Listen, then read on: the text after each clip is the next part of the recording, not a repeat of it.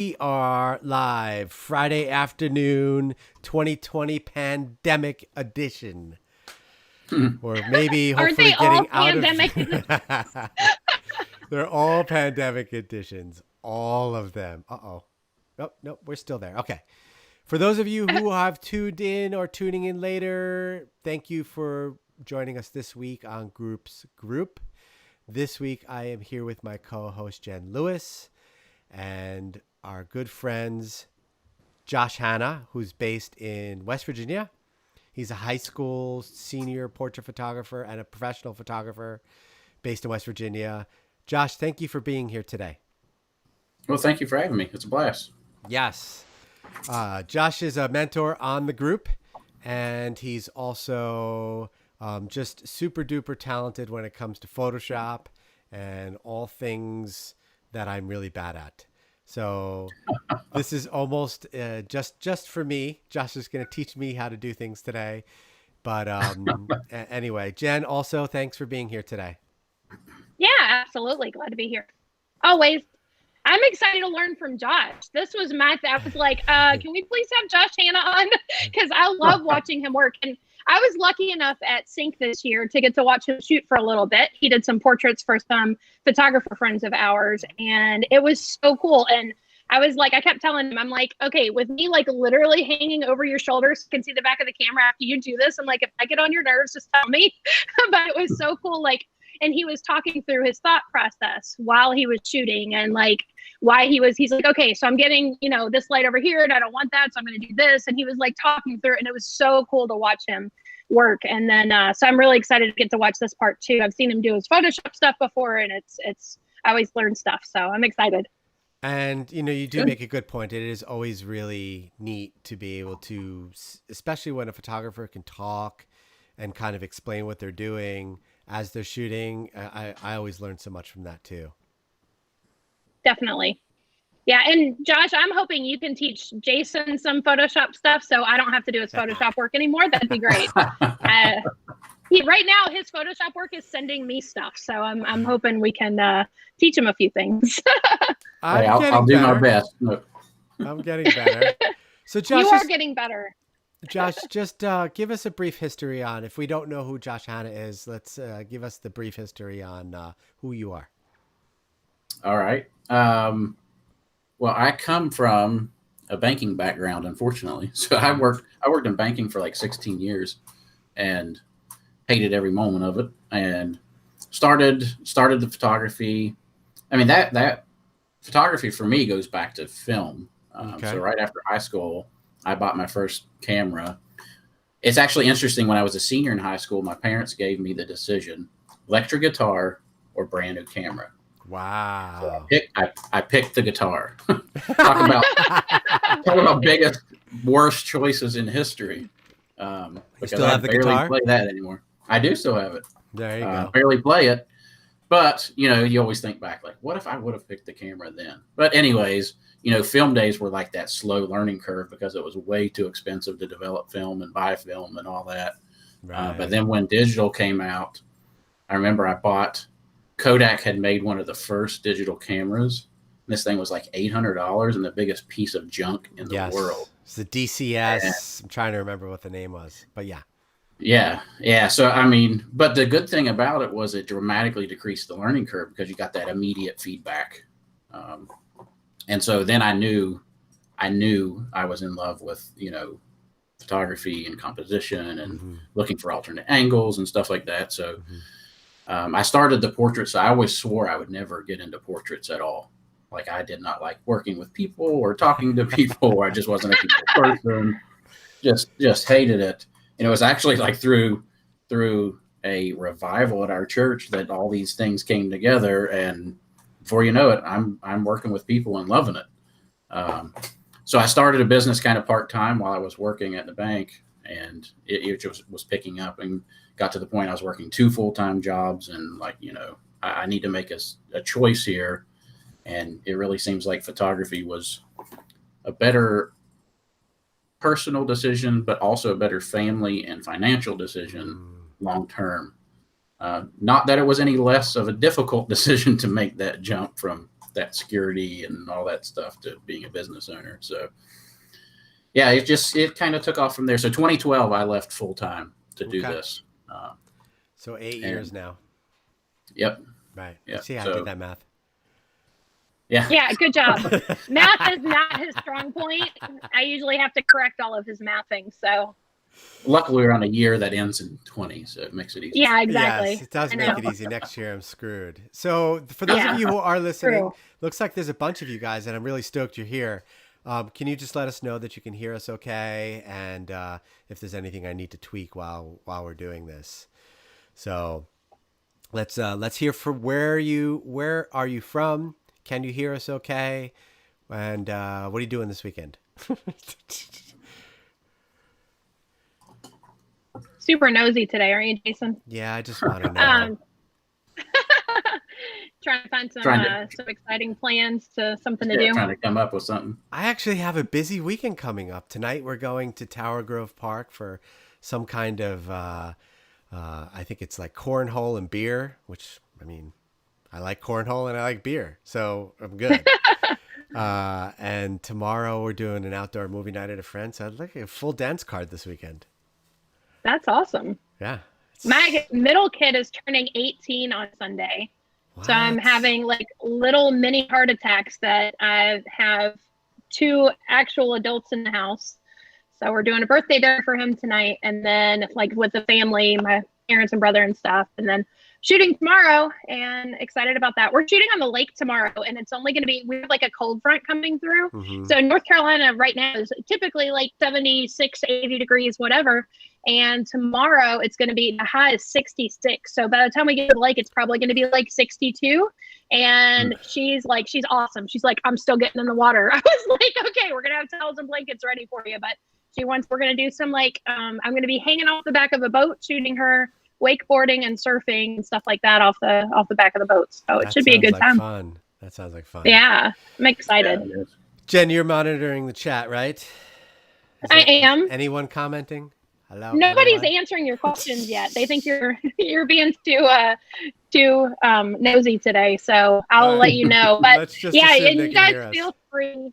Yeah, feel free to ask questions and that kind of thing in the chat while Josh is doing his stuff, and I'll transfer any questions over the video to Josh if you have questions. And I'm excited to see what kind of image are we doing today. I'm assuming senior guys are your thing, so I'm assuming it's a senior guy image. Okay, so let's check it out. I guess I pulled up a selection, and I'm going to let you guys pick what we start off with. How about that? Okay, awesome. That sounds great. You ready for me to share? Yes. Let's get to it. Let's go to the videotape. So you let me know when you can see. You should see Bridge up here with a few images in it. I do. I'm going to transition the screen so we can see you bigger. We're good there. All right. The floor is yours. You tell me if something jumps out at you, and we're going to dive into one. So these are all images that I've never edited before. So you're going to be able to see. I like doing that so I can talk through my thought process. Yeah, that's awesome. Wait, okay, Jason, do you want to pick? What he starts with?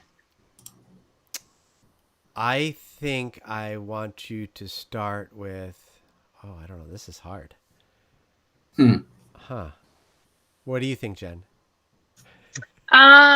Okay, so I would tend to say the one in the car, but I'm like, what do you even do with that? So I'm going to go with one that's a little less, like, I want to see where you're going to take the one with the guy in the plaid shirt, because that one is like, I don't know. It's like, I feel like that one, I'm interested to see what you're going to do with that. Because is that like siding behind him on a house? Yes. House siding. And then this is like metal siding here on this side. Right. So I kind of like that, the verticals and horizontals crossing. I thought it was kind of interesting pattern. Okay. It is. And I would have never shot with siding of a house as a background. That's why I'm really curious to see what you're going to do with it. Like, I just wouldn't have. So, yeah. Well, I just thought it gave, we might have to hide the brick down here or something, but I just thought it gave, because we put the blue gel on here. Right. And I just thought with the metal and stuff, it kind of, the lines gave it that futuristic type of look. Yeah, definitely. So, Okay, And when I bring question, in, so you do Bridge and then Photoshop? Is that what you do? I don't use Bridge a lot. I was using it today just so you could kind of see the selections. Usually, the way that I work with my sessions is I edit what they order. And so typically I'm just pulling the raws in that were ordered that need edited. Right. So you're not like a Capture One guy or anything like that. Right. No. Okay. All right. Just curious. Okay. So to talk about when I bring a raw image in, I got to talk about that for a second because I actually have to think about the end product at the beginning. And I think the more I've learned in photography, the more like really good photographers I've talked to all end up developing that mindset. And I know for newer guys, that's kind of hard to understand because you're like, well, I don't know what I need the end to be yet. I'm trying to figure it out as I go. As you start to develop style and what you like and don't like, that becomes more clear, what you want that end to be. So thinking of that, I know that I need to flatten this image out a lot in RAW. And a lot of this comes from the concept of like the way that they edit video and film. A lot of that footage comes in very flat and then gets, color grading and things to make it more dimensional. So I take a lot of the same approach. So typically what I'm doing is bringing shadows up a good bit. And I don't need any blacks up at this point, but my highlights are going to come down. I'm going to play with temperature because I don't want it too warm. I don't want the skin too warm. I don't want it too cool. I want it somewhere pretty neutral for now. So it's going to be a pretty ugly image coming in here. Whites, I'm going to play around. And I might even pull contrast off a little bit. So very flat coming in. And we'll talk about why that is as we get into this. And let me talk about this too. The kind of discussion point today is editing for the dramatic portrait. And we cannot talk about that without saying that has to start with lighting. Right. You cannot fix bad lighting in Photoshop, no matter how much you want to. So you can take notice in the lighting here, we've got the brighter edge lighting, but I've also got this split light across the face. So even though it's flat now, there is a lot of shadow in this side of the face, which we're going to enhance. So lighting is key when you're looking at dramatic imagery. So let's go ahead and open this thing up. Do you ever shoot natural light, Josh? Not if I can help it. Right. Okay. Same. I was just curious. I'm just not good enough at it to even try and manage that. I've tried it in the past and it just failed too many times. It's usually the other way around, isn't it? Yeah, but I think feel for the a lot of same people way. it is. Yeah, once you're using lighting and like I feel like I suck at natural light. Like I just feel like I'm not good at it, and the further away I get from using it, there's like I want dimensional light though, and I can't get that very well with natural light. So I want dimension. I don't want flat light. So Right. I'm not good at it. Same. So what I'm looking at here is just I'm doing a little crop here to fix these horizontals. I'm a little anal about that kind of stuff. So I want those Hey, Josh, Chad is asking Yes. how many lights were used in this image. Great question. This was actually 2. It looks like 3, but technically it's only 2. So I've got the main light, which is giving the split light on the face. And then the gelled light is actually coming, it would be from camera right. And behind this wall was some more white siding, which is reflecting this blue to the other side of the face. Ah, gotcha. So technically 2 lights, but working as if it were 3 lights. Right. That was a great question because that does look like 3 with that kicker on the other side. Yes. Okay. All right. So when I work non-destructively. So that means I'm going to add a new layer for every little thing that I do so that if I ever need to back up, everything is there down to the original.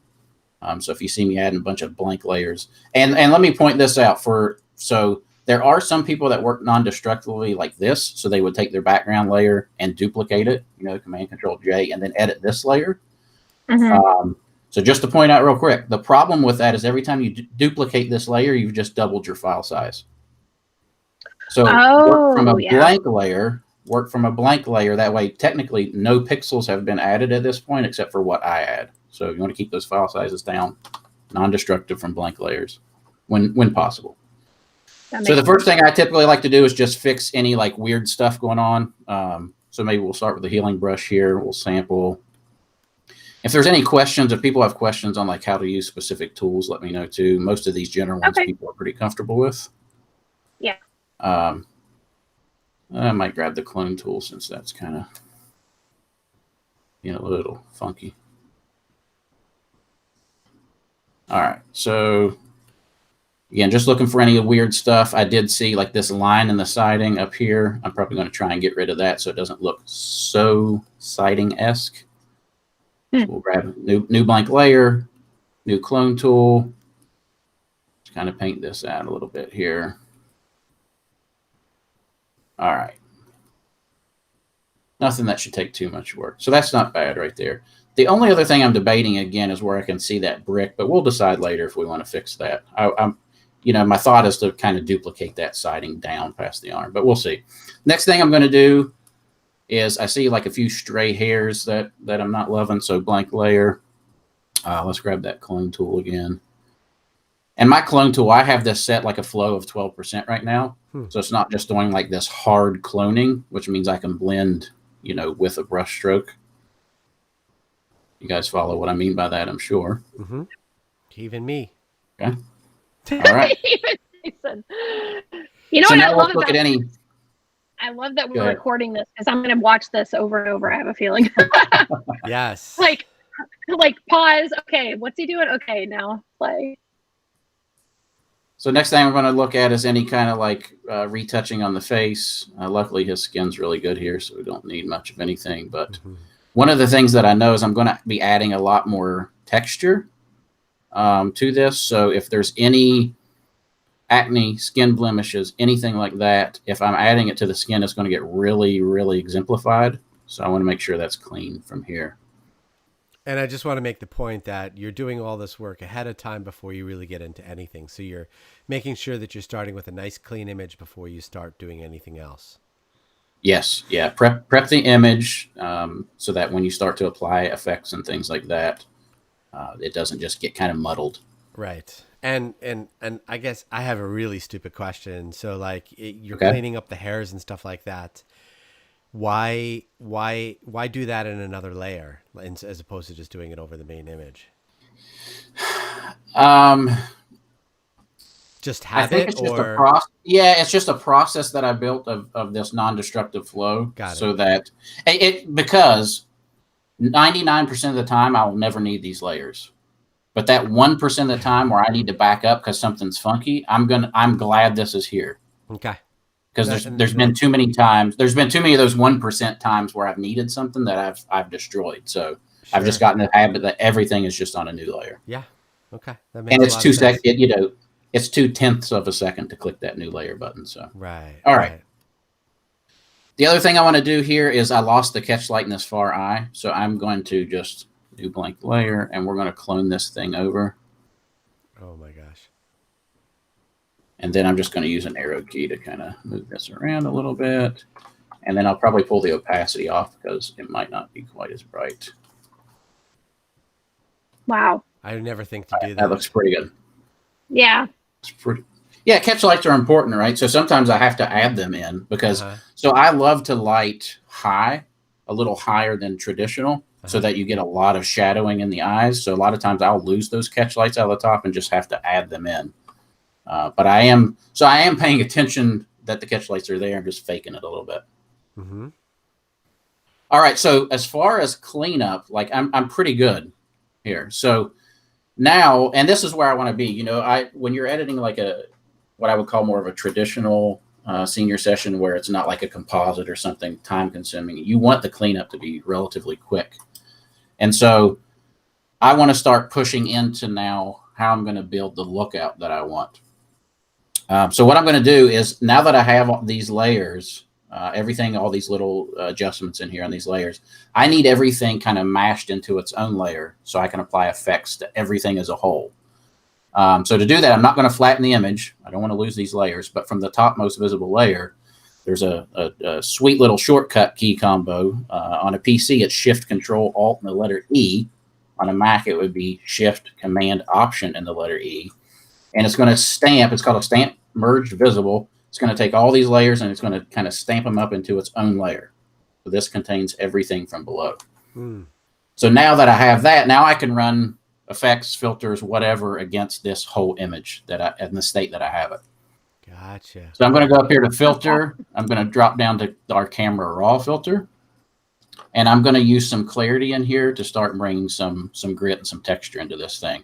So you can see as I pull that up, it does a lot of cool stuff in the clothes and the background thing. The skin gets a little muddled, but we'll handle that in a minute. So I'm just going to bump this all the way up. So I do like some of that grittiness. Mm-hmm. There's kind of before and after there. Mm-hmm. But what I'm going to do is I'm going to put a layer mask on here, and I'm going to grab a brush, set to black, and I'm going to make sure my flow is kind of low, 15, 10%. And I'm just going to paint a little bit of this off of the face in a few brush strokes, just so the skin doesn't get too muddy. Gotcha. Because clarity is cool and contrast is cool in it, but not if it muddies the skin tone, which is what you see a lot of, and I've done a lot of in my day. So speaking from personal experience here. All right, so that kind of takes us here to here. So now we get a little bit of that grittiness. And you're just doing this in camera raw? Yes. Well, technically in the camera raw filter. Which okay. Yeah, I don't think I've a ever lot of seen people, anybody do this before. And that's really interesting. yeah, a lot of people don't understand that the camera raw filter is not camera raw. It's just a filter that mimics camera raw. So you're not actually editing the raw file anymore once you go here. Right. It's just a filter that mimics the same settings. Jennifer. But I don't want to bring that clarity in from the wall because then I can't control opacity of it. So, if I wanted to bring opacity of this clarity down from here, I can't do that if I bring it in from the raw initially. Of course. Right. Okay. Yeah, that is a neat. So everyone knows he's using the camera raw filter. Neat. Cool. Correct. I've never used that or Never. seen it or knew how it works. That's amazing. I love it. Very, very cool. And I'll be honest with you, there's definitely been times when I'm like, I wish I could just do this in camera raw. It's there. It exists. So the other thing I'm doing is I'm just swiping some of this clarity off between the head because there was a little bit of like haloing going on. Mm-hmm. So you got to watch for that with clarity. You can create that haloing, which we don't want. We don't. All right. So that looks pretty good. So now I want to start pushing the drama side of this thing. I want to know where my shadows are in this. And so there's literally 100 different ways to do this. And I'll choose any one of those 100 on a different day. But for now, I think I'm just going to start with curves and see how this works. So let's bring okay. So from the curve, what I'm going to do is I'm going to grab this shadow slider and I'm just going to pull it up. And you can immediately see where our lighting and our shadows are. Right. And so that's what I like. And so now my first point, if we refer back to bringing the raw in, when I flattened everything out, remember I said I'm thinking about the endpoint in mind. If I would have brought that raw in contrasty and then tried to further add this contrasty, well, what happens? You just get a muddy, bad-looking image. If I flatten it out and then add contrast, I can still do this in a way that keeps a lot of detail. Okay? So I'm kind of liking that. It's a little strong for now. I'm going to bring the opacity up because we'll likely be adding some more effects. But just to give us, you can see with that little bit of curve, we now get this real separation between, okay, this is where our shadows are hitting. This is where our light's hitting. And so that's kind of what I want. Now, the next thing I'm looking at is, got the wrong tool selected, zoom tool. I want to zoom out. So the arm's a little bright for me. So there's different ways we can handle that. I'm going to try another curves layer. And for this one, what I'm going to do is I'm going to bring this this highlight point slide down. So you see it's going to kind of tone this skin tone down. And then I'm going to invert this mask, so Command or Control I. And then I'll just grab a white brush, still at that low flow, and we're just going to paint this. I'll go ahead and grab this, any of these bright spots that I want to tone down. Maybe this siding back here. Because I do want the face to be the focal point. Right. So we want that to be the brightest spot. And one of the things that's interesting, and like the things that you're doing right now, is like if I were judging during print competition or anything like that, it's these little elements that you're now working on that are the things that will decrease you in points. So like if things aren't centered around your face, or the hand would be distracting, where composition wise it's great, but if it's too bright, then you're going to lose points. So I just thought that was an interesting thought. Well, and that's a great point to bring up because the only reason I think to do that is from competition. So, before you get in, people ask, why do competition? That's one of the best reasons because you learn things that you don't know. Right. Getting that feedback of what other people are seeing in your image is wildly important. Sure. Exactly. Hey, Josh. Yes. Got a quick question for you from Rachel. She's asking if you have an image with no catch light in either eye, do you have a way to create one or do you just skip that image? No, I will always create one, and hopefully we will have a chance to show that. If not, Okay. remind me and I'll try and find a specific image where I show how I do that. It's Okay. Great question, Rachel. Yeah, great question. Yeah. All right, so now here's the thing though. When you're starting to tone down highlights, especially skin highlights, one of the biggest problems with this, and I'm going to push it extra just so you really to exemplify here. What is the main problem with this? Well, it's that those skin tones go gray. So anytime you knock highlights down, especially with a mode like this, things gray out and it's kind of ugly. So what I like to do to counteract that, I'm going to bring that lighting back up where I want it. To counteract that, I'm going to do a new blank layer, but this time I'm going to leverage this color blend mode. And so if I grab this soft brush, I'm going to sample a good skin color, and we're going to paint over top of this. Oh, man, that's cool. And so that's going to help fix some of that graying. And again, I don't need that now. That's a little oversaturated. I'm just going to pull the opacity off of this until you really see how gray it is now that you turn that off. Oh, yeah. Wow. But if you turn both of these off and on, you go from that brightness to that kind of exposure level now. That's cool. These are really simple tricks. Cool. And so the other thing I'm seeing, there's a lot of red getting pushed in the face. What I'm going to do is throw up a hue saturation adjustment layer. I'm going to use my little color picker tool here. And I'm going to pick some of this red from the skin. Let's maybe go in the nose here. And so you can see it narrows it down to my reds. It shows me exactly what's being selected here.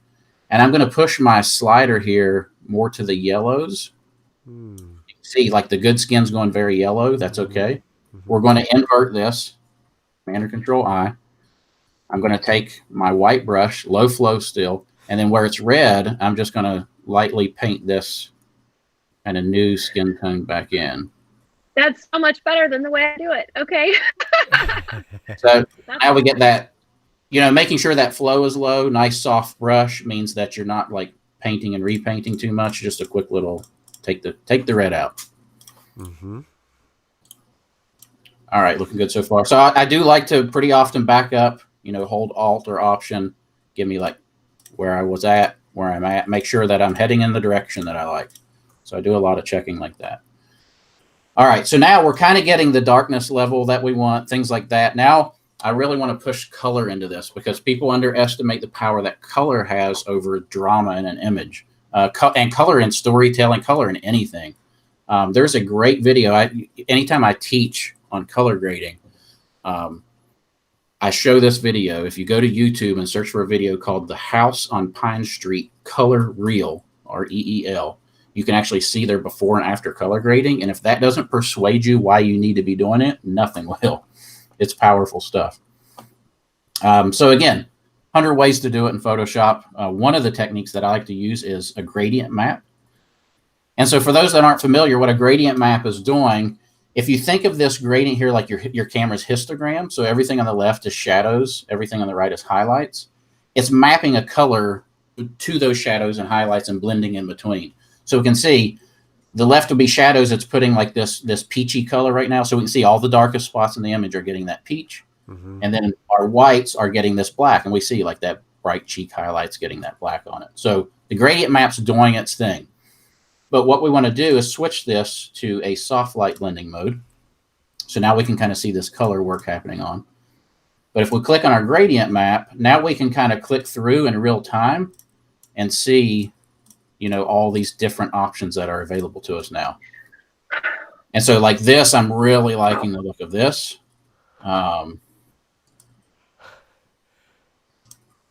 So this just gives me a chance to kind of see what I like, what I don't. Wow. Really like the one I Hey, have. Jason, I think I found somebody else for you to send your Photoshop work to. I can't afford Josh. All right, I kind of like this one. I'm going to stick with this one for now. So that kind of takes, that one layer takes us from there to there. So you can't tell me that's not picking some mood up. That's what this is. This is the point where I start really getting exciting in my editing, when I start seeing things come together. Yeah. Now, That's even though I so flattened this image out coming in, remember it came in like this, right? Very flat. Right. You can already see we're almost too contrasty now. Right. Mm-hmm. And so there's a little thing that I like to do to counteract that. So I'm going to temporarily turn this gradient map off. I'm going to create a new gradient map, same way we just did before. I'm going to call this one soft light as well. But I'm going to pick this one. It sounds a little weird. So in the shadows, I'm putting this light peach color. And then in the highlights, I'm putting black. So I know, so totally weird.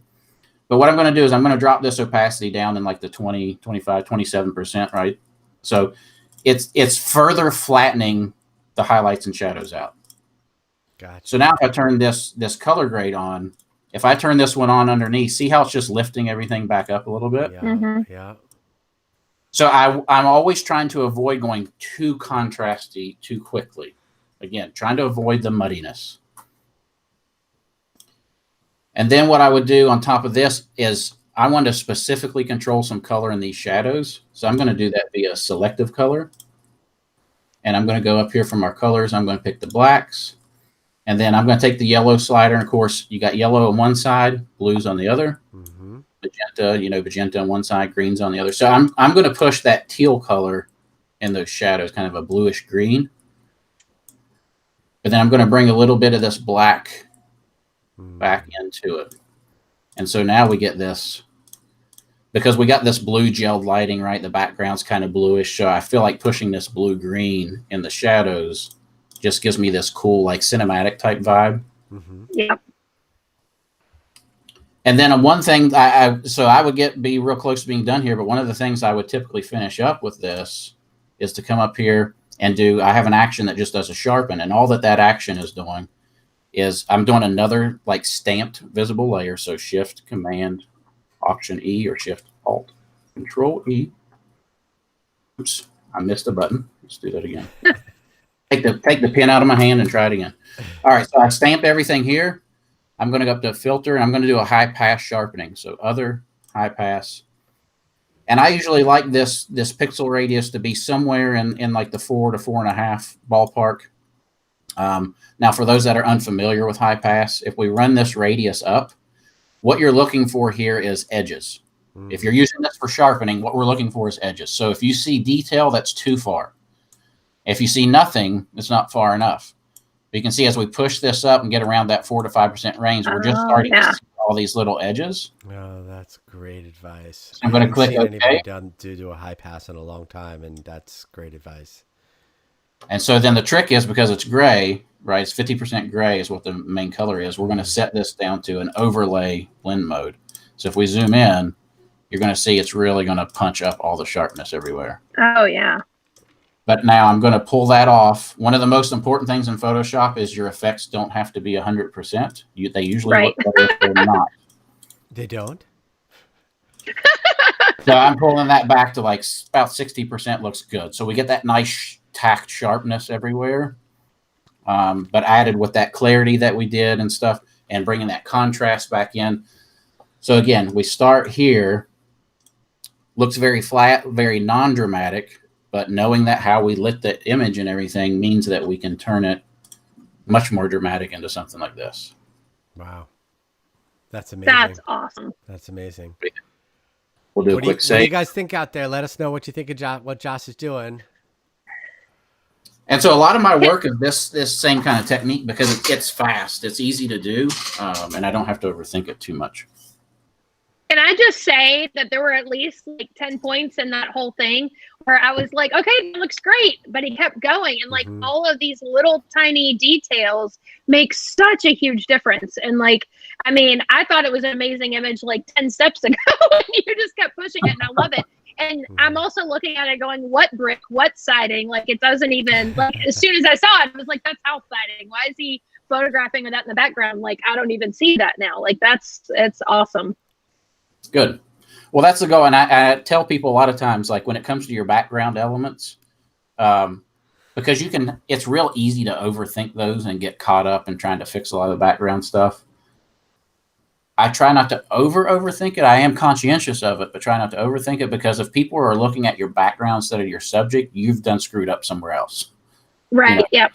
The subject should be the focal point, and if they're not, then you've got other issues to contend with. That's for sure. Yeah. That's for sure. Agreed. That's so cool. All right. I just want to go home and play on Photoshop now. Like, I don't even. Can we stop the show? Well, actually, don't stop the show. I want to learn more, but this is awesome. If this does not end up being our most watched show, like our most watched episode, there's something wrong. Like this, people need to watch this over and over and learn all these tips. I'm serious. Like, I'm going to probably watch this a lot I love learning all the new tips, especially anything that makes my job easier or that makes my end result better without, I'm really, really bad. Garen Cooper yells at me all the time because I don't use layers like I should. And I'm really bad about things like that. So just like all those little things, but you're doing things and like not muddying up the image and all the little tricks and stuff. That's so cool. So I'm excited. Sorry. I think I just want to make the point too that you're using Photoshop as a tool like a screwdriver or a hammer, and in a world where we are living with photographers and presets and Photoshop actions, where people are getting a little lazy with their images, where you can easily I'm sure that you have some workflows created to speed this up a little bit. Although you have to get in there and do the hair and do all this stuff. You just want to make the point that, knowing your craft and getting in there and just playing is so important in what we do by doing so, it's making you a better photographer. So the next time you go back, do a better job at lighting, make sure that you have a catch light in your images, all of these things that are going to eventually make your imagery better, if that's what you want to do. If you want to, and that's, what makes you stand out from everyone else. So just making that point. You going to do one more for us, Josh? Yeah. Let's, cool. I think let's bring this one up because I want to look at doing some black and white drama. And I think this is going to be a really good image of that. Okay. I have a question for you, Josh. Do you build, because like what you're showing me, I know you're breaking it down for us, like what you're showing us today, but do you build actions for your own, like that you can just run instead of, because I've done that, like stuff that I do in every image, like I'll just, like split toning and things like that. I have actions built for that stuff, so I don't have to go in and do all those steps. Do you do that, or do you actually do all the steps every time? Well, so let me point out here. So I do have some actions. So if we backed up past our color grade, so I've got some actions to do sharpening, and I've got some actions to apply some different gritty effects and stuff like that. And like for color grading, I actually have actions that other people can buy if they're interested. But I was really excited. So I developed these for myself, what I call my cinema color grades. So these are as simple as like, pick one, run it, and it just gives, some editable layers in here. So yes, I have actions that will run. One of my favorite ones is this tension one, which I know I'm going to be probably maybe in a class of my own here, but I love the greens in an image like this. There's just something, it feels like an edgy movie. Well, that's why I call them my cinema grades, but I love that. Right. And then so a lot of times I'll just run a bunch of these and mix and match and stuff like that. Mm-hmm. So and again, there's nothing wrong with doing that. I didn't want to make it sound like, running actions on it, but I think understanding the processes of what your actions do and controlling those actions, because an action is really just a workflow, right? So understanding what each one of those do. So like you can use the actions that you just created, but it's basically creating a workflow that you can go in and edit. But understanding what is happening in that action, I think, is so important that I think a lot of photographers might miss sometimes. Right. Yeah, well, there's a huge difference between developing them to make your workflow more efficient. That's why I made mine, because like I'm doing the same thing on every image, and I know Josh does the similar moves on his images as well. So creating them to make our workflow more efficient. That's what they're there for. I think it's, the people who just go out and randomly buy a bunch of different presets and actions because, they want the look, but they don't understand but they also don't understand how to tweak it and what they need to change if they want to change the look of something. So I think understanding how this stuff works, more power to you to buy actions. I'm going to go on, what is it? JHP Photo Design? Is that what it is? jhphotodesign.com. JH Photo Design. Yeah. So now that I've been on that website, I love your flame dresses. I get so many people like freaking out over those with the dancers and stuff that I've done with your fire dresses. Nice. So yeah, Those are awesome. And athletes, I've had like basketball player and stuff with the Inferno one and all that. Anyway. Oh sorry. Yeah. So you guys will have to excuse me. I'm going to go do some shopping right now. Right? I'm already there. I put the link in the comments right now. Nice. While you guys shop, I'll bring up another image here. Okay. Please don't let me keep you from shopping. Hey, I mean, if everybody else wants to go shop right now, I'm not going to stop you. I mean, this is recorded. Yes, let's support Josh. Yes, thank you. Definitely. All right, so this one, I know I want to go black and white, but a lot of the approach is going to be the same. So I know, again, I'm shooting dramatic on purpose. And this was an interesting shoot. Basically, the light on the face is just a slit out of a piece of cardboard that I cut out, and it was shooting a light on it with a snoot through it. So that was just wow, a patch of light. This blows the way that this is raw, like with the like dusty look or whatever coming through the window and that kind of stuff. That's awesome. Chad has a question as you're going. I just want to me as a client, I wouldn't think much of the original from the one we just did and wouldn't likely buy this image. Now that it's done, I love it. Do you think that you worry about losing sales by not editing more images? No, because that is the important of portfolio. So I've got a portfolio of work that I can send people to my website and said, this is what you can expect to see. And once they're happy with it, they just trust that, yes, it's going to turn out this cool when he's done. Okay. So I can't stress with people enough. Have that body of work, show what you want to sell, and make sure that it's stylistically to you and what you do. And so they will trust you that, listen, it's going to look like this when it's done. Mm-hmm. And so when I go through the sales portion of that, it's really more their decision now becomes, what expression do they like best, or what composition and background do they like best? And a lot of times they're asking me, hey, what do you think would look better based on the style? You know how you're going to edit it. Which do you like better? I love that question, because now it puts some of that creative control back in my lap to go, oh, well, if we did this image versus the other one, I could really make it amazing. So I like that they give me some of that creative freedom back, to make those decisions. Right. That's awesome. Okay. Sorry. Keep going. All right. So we're going to push shadows way, way, way up again. Maybe even push blacks. Again, I know I'm going to go super dark, so I don't want to lose too much of these real quick. Beauty of raws that you can push these a long ways before you have to worry about noise. And let me point out something about noise. Too many people are afraid of it.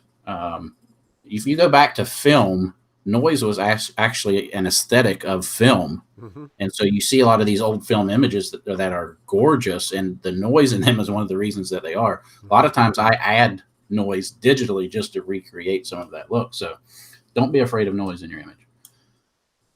All right, temperature. Now, I know I'm going black and white, so temperature isn't wildly important here. It is, but it isn't, because when you're editing in black and white, you're wanting to do that based on the color channels so that you're getting the right contrast in the right areas. So if everything's overly warm or overly cool, your color channels are not going to split right. So again, I'm trying to neutralize this out a little bit. Interesting. I'm going to Do you tell your client if you're planning on putting something in black and white, or do you make that decision on your own and they just trust you? Well, so a lot of times I'll point, if I see one where I think it will be awesome in black and white, I'll say like, hey, I think this would work really well in black and white. Believe it or not, a lot of time the client tells me like, hey, what do you think this would be in black and white? Because it would be cool. Mm-hmm. So it's kind of a give and take. And let me say this, and I don't mean to offend anybody. This is a pet peeve of mine. An image either looks best in black and white or in color, not in both. And so you see I see a lot of people post to their client the same image, one in black and white, one in color. Mm-hmm. And I'm not saying don't do that. I'm just saying if you do it right, it's going to look better one way or the other. And I think you kind of do your client a disservice by giving them both and trying to make them choose, kind of thing. As I an can see that. artist, I think that's one of the decisions where you take and just go, this looks much more powerful here. Now, if they ask me to revert something to color or something, yeah, I'm going to do that. Absolutely. But I'm going to try and make a few of those executive decisions based on what looks the best sometimes. And 99.9% of the time, they're happy with that decision. Awesome. Anyways, Thank you for explaining that. About that. Sorry. Sorry for the soapbox. I appreciate it. No, I see it happen a lot. And I used to do that like 10 years ago, when I was newer into the business and that kind of thing. And I was like, I don't know what they're going to like. I'm just going to give them both or whatever. But now I actually don't do as much black and white as I used to. And I kind of miss it. I need to start playing with that a little more again. But yeah, I'm kind of known for like the bold color. So it's, Well, and that's a stylistic thing too, right? The fact that your work is so colorful and vibrant and bright, I mean, that goes all into the style and what you show and what you sell and everything. So right. Yeah. I just personally miss black and white, for some images, not everything obviously, but definitely for some. I think stylistically too, with high school seniors, it's a little bit harder. They're looking for bright, vibrant, alive. That's the point of high school senior portraits, right? So whereas sometimes a black and white image it generally lends itself to something that's a little more classic, right? So, I mean, that's just my opinion. Well, and let me say, just based on my own experience with that, is to me, it's all about the style that you're pushing out. What's the product you're selling? What's the look? How you marketing? I push a lot of black and white stuff to my senior guys, and that's one of the reasons I get the guys that I do. So I'd say, just guys are like what your style is. Right. I think with guys it works more than with girls. Like not actually aesthetically. I just mean like I think girls are more into the colorful stuff. The guys are more into like I just want to look cool. So if I was a guy, I would go to Josh, not me. So like I would go to. Like, I photograph guys too. For those of you guys who don't know, who are watching, Josh is going to be moving near me soon and I'm scared to death. I'm like, no, stay over there. It's going to be awesome. I can't wait to have a photographer friend in the area that I can and I've known Josh for a long time now and it's going to be fun. So I'm a little, but yeah, all the senior guys are definitely going to go to him. I don't know about that because your work's pretty phenomenal. So listen, thank you. I'm the one that's got to worry over here. I'm the one that's got to worry about changing locations and making it work. All right. So a little bit of skin cleanup there. I might pull the opacity off this just a little bit more. All right. For the most part, I'm kind of digging that. So, we removed a background line out of here. Actually, I see that it's still showing a little bit. So blend that out a bit more. Okay. All right. So now I'm going to kind of do a similar thing that I did before. So we're going to stamp merge all of this. We're going to come up here to filter. We're going to use that camera for raw filter again. I'm going to push some more clarity. But now I'm not going to do a ton here. I'm going to show you why in a minute. So I'm not going to go, before I really, really pushed it high. This time I might be around that 40 to 50 range. All right. That looks pretty good. So that's just giving me a little bit of that extra dimension going on. And it's not so much that it's not really muddying the face too bad right now. And then there's a couple spots that I'm just going to mask out here. All right. That's not bad. I'll leave the eyes sharp there. Now, in this case, he's got one catch light. I'm not going to try and mimic the other one because of just the way that this shadow is deep in his eye socket here. And I really, by the time this is said and done, I just really want this quadrant to be what's, really popping the way that it was lit. So, okay, so now I want to start working on some black and white. So there's a couple approaches that I could do this. One is to just use a black and white adjustment layer. And a lot of times I will do this. And so here's what I was talking about, how your color channels are separated on your image. In the black and white adjustment layer, you can change how the black and white that affects each color channel. Mm-hmm. And so if this image was brought in like all super warm, everything, of course, it's going to fall in this upper channels. If it's too cool, it's going to fall in the bottom channels. Well, if you neutralize it, you get a better division of how things kind of play out here. Yeah. So, you know, I could make like that background light, which was cooler. I could pop that out more if I want to. Mm-hmm. There's magentas. I might bring those up a little bit. So this is one way to do it, is with black and white, and then you could add curves and contrast. Now, I'm going to delete that. What I like to do is actually use a tool for this. So I'm going to stamp visible all of our changes here again. So I'm going to use Nick's Silver Effects, and I think a lot of people are familiar with this. If they're not, this is such a great tool. It is a great tool. And so what I love about it is they have so many good presets built in over here. Mm-hmm. And so what I like to do is kind of scroll and just see, like, if something pops out to me, like this high contrast, I'm like, okay, that's already looking pretty cool, but I don't know if I want to settle there yet. I'm gonna check out several things before I make a decision. You know, that's kind of cool, having more detail in it. The low key is really cool. It's maybe a little too contrasty in the background. So I love these options, again, where that eye kind of pops off of him there. Yeah, once I get down too far, I usually don't go down that far. But let's see. So I like the low key here. I want to see what it looks like if we, because again, within here, you can use color channels again to pick how this gets affected. So this what it looks like with this red filter on. Orange, yellow, green. Of course, blue's going to look probably pretty bad. So let's go with red. Let me play with the strength. And no yet. So this is where I kind of play around a little bit. Of course, you can add. So I didn't add too much clarity because I knew I'm probably going to add some structure here. So if I would have went too much clarity in the raw filter, too much structure here, again, we get muddy, and that's not what we want. Because you can see if I push this, we start to get like this haloing over the hair and stuff and around the shoulders, which I don't want too much of that. Now, actually, in this instance, it's kind of neat because it's almost like a foggy glow around him. Yeah. But we won't dive down that rabbit hole right now. That's just me. So I think I actually liked it better. I think it was this one that I saw.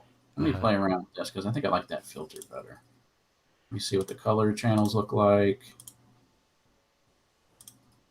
And I think you'll notice that he's looking for, he's playing around, he's finding what he likes. It's so important to do this kind of stuff, even with your own style and just trying to figure it out. He's looking for what's going to match with his style, and at the same time, trying to, create something unique. And I love that. And I love listening to your thought process.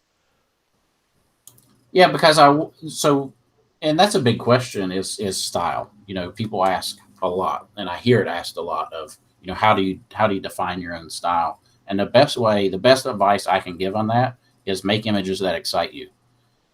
What I'm looking for when I move these sliders around it and everything is for me to get excited and go, oh man, there's just something so cool about that. Mm-hmm. And you don't have to be able to define what that is. You don't have to be able to define what is so cool to you. You just have to know that it excites you to see it. And so I think we're real close to it here. I might bring this highlight slider off just so it tones this back down, and we might do a little bit more of that here in just a second. But yeah, I definitely like that off of there. I might lift these shadows up too, just a bit. All right, so let's stop right there. I'm liking that. So again, we're flattening out, bringing it in raw because we're getting ready to just punch a bunch of contrast into this. But it's still going to give us little definition down through here, so we get some details on what's going on. All right, so what I want to do, I want to tone this back window down. I do like that it's bright, but it's a little too bright, too distracting. So kind of same thing we did before. Now, the beauty of black and white is I don't have to worry about that going gray, like how we had that color shift on the skin. Right. Let's invert this, Control I. White brush here, and we're just going to kind of paint this down a little bit. So now I'm looking here, right? That's what I'm trying to do. I'm trying to look at my subject. I might pull opacity off a little bit. I want to find this balance where that's still bright back there, but not so bright that it's pulling me from here. In fact, this is a little bright over here too.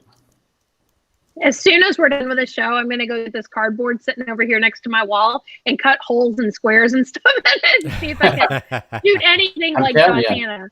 It's so that's cool. fun to play around with. To get a box. Yeah, I have lunch like scrap and, cardboard I was getting ready to toss in the dumpster, but no way.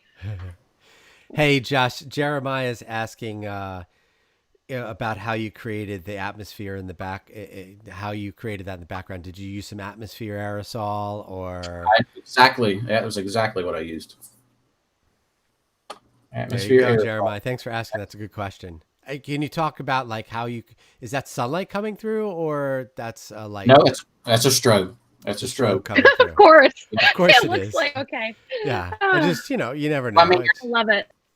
Trying to create a scene and create an environment, and lighting is so important in that. So I knew I wanted, to me, because I took this shot with and without that light there, and with it there, to me is so much. One, it does two things. One, it creates this dimension across this hard shadow side of his body. So now I get this separation.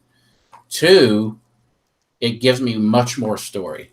Because it makes me think, what's going on outside here? Is this at night and this is car lights or a street light? Or there's so much more dimension from a storytelling aspect. What time of the day did you shoot this? This was like early evening, but enough to be dark out. Gotcha. And just for those people out there, what we're talking about is the fog behind or dust or whatever that look is. It's something you buy in a can called atmosphere aerosol. It's like, I'm just looking it up now. You can buy it for like $13 on everything from eBay to Amazon. Oh, they have it on Amazon. Just go to Amazon. And it creates that behind you. You just spray it like, like a spray can. Yeah. Right. Yeah. Spray paint. It also creates for a slick floor if you spray it in a studio with hardwood floors.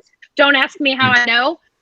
But anyway, you will bust your butt if you're walking on a slick floor after using it. I was getting ready to point that same thing out right when you did. Yeah. All right. So now I just threw on an exposure adjustment layer, and I want to play with. Let me zoom out where I can get a little better view overall. So sometimes I actually like to knock contrast off, so it becomes like this flat black and white, more of a matte look.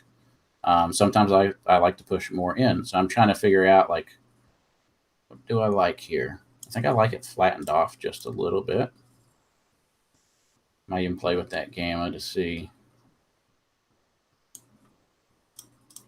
So I feel like flattening that off to me feels very more like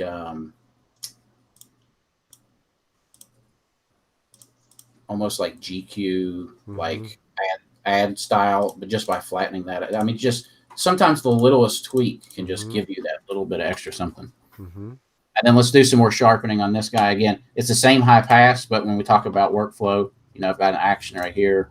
I can click this, run, and boom, my sharpening's done. And then I can just pull exposure off. And one thing I would probably do, you can see there's already a lot of noise going on. And to me, it just goes with the look of this image. So what I'm actually going to do is just sharpen this a little bit. So I'm at 35% opacity on this layer. Then what I'm going to do is duplicate basically stamp everything again. Shift, Control, Alt, E. And then I'm going to come up here to filter, noise, and let's add some noise. So I'm going to make sure this is on Gaussian. And then I'm just going to push this up. So I don't want to go too crazy, but just where it starts to push a little bit more of that noisiness in the shadows. And it just gives it more of that like film type quality, in my opinion. So T-Max 3200. Yeah. Thanks for showing your age, Jay. God, I loved that film. So we can see when this is flat, to me, it's so unimpressive because you can see everything. But once the shadows hit and get defined, to me, that's where the drama comes from. Because now you're taking elements out of the scene and forcing your brain to kind of figure out what the story is in between there. And so that's what I love about pushing. Can you just drama. toggle back and forth a little bit? I just want to see back to the color. Just toggle back to the original. Yep. And I think you could see like his point in this image was the dramatic effect on the dude's eye, and his face. And look how much he's brought that out. He was thinking probably black and white the whole time. And look at the way he was able to pull that out in Photoshop.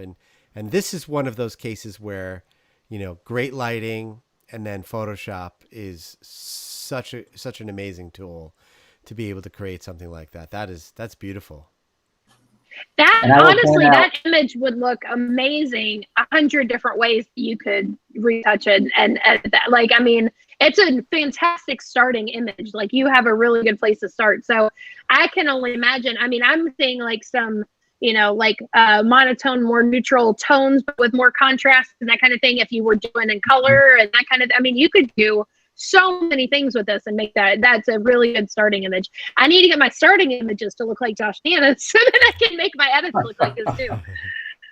It's so one good. thing I get kind of anal with some of this stuff. I did see some haloing just where I pushed some of that a little bit. So I'm just taking the clone tool and just kind of going in around some of these edges and filling some of that in. And that is such an important step, because I can't tell you how many print images in competition lose because of that stupid halo. And you go from an 85 to a 78 immediately. Yeah. And it's 10 minutes of extra work. Well, I mean, and yeah, that's what I was going to say. Look how quick that was. And if I just turn that on, we can see that. Yeah. So cool. Yeah, I'm glad I finally got to edit. So this is kind of an old image. Sometimes I like to go pull them back up and just, because I haven't played around with it for whatever reason. Mm-hmm. Glad I did it. Save that off. So is this a senior that you photographed? This was a senior, but this was actually a personal project. I really wanted to play with film noir. Gotcha. So that look, right? If you go to the old film noir movies, for those not familiar, just Google film noir and let it blow your mind. Those guys were lighting masters. And so I wanted to play around with a lot of those looks. So I had a senior girl and a senior guy come down. I was like, listen, we're going to take time with this. We might be here a couple hours, but really particular lighting setups, getting these slits across the eyes and getting the blinds in the background to show those little shadows from those slits. Like, that's trickier than you might think. That light's got to be at a particular angle coming in. Of course, the atmosphere really helped with that. So I can't stress enough with people, set up personal projects that make you step outside of your comfort zone. That to me is one of the most important things you can be doing as a photographer, is making yourself, because if you're just doing client work all the time, you're always going to play it safe because they're paying you to be there. And you have to deliver something they're happy with, and it's really going to step on your creativity a lot because you're going to be too afraid to step outside your comfort zone. That's 100% accurate. Great advice. I have an 80-20 rule when I'm shooting for clients, even though like 80% for them, 20% for me. So like my goal is every time I photograph a client, I try to do one thing that I've never done before. And, it could just be that I've gone to a location before and there's a new, there's a spot at that location I haven't tried, or it could be, whether it's pose or anything, like just something, lighting trick or something that I've never done. And so that I do that for me. And typically it's usually one of the client's favorite shots, because that's when, pushing myself and like trying to think outside the box. That's when I, that's when I create something more unique, and they usually love it. But then it's coming up with new stuff every time. That's the difficult part. But thankfully I'm low volume enough that I don't, but it's, but that's just something I do for me. Cause it's, I do personal projects a lot though. And I'm like you, I don't always get around to, doing all the retouching and everything for a while. And cause you shoot it when you have time, but then you don't always have, you start getting busy again. You don't have time to finish everything up. Cause that's why I asked, I was like, how have you had this image and not done anything with it? I want to play with this image and I didn't even take it. So anyway, so cool. Awesome. All right. Well, I think we're going to wrap it up there, right? I mean, I could watch him all day, but no, I guess we'll get him to come back.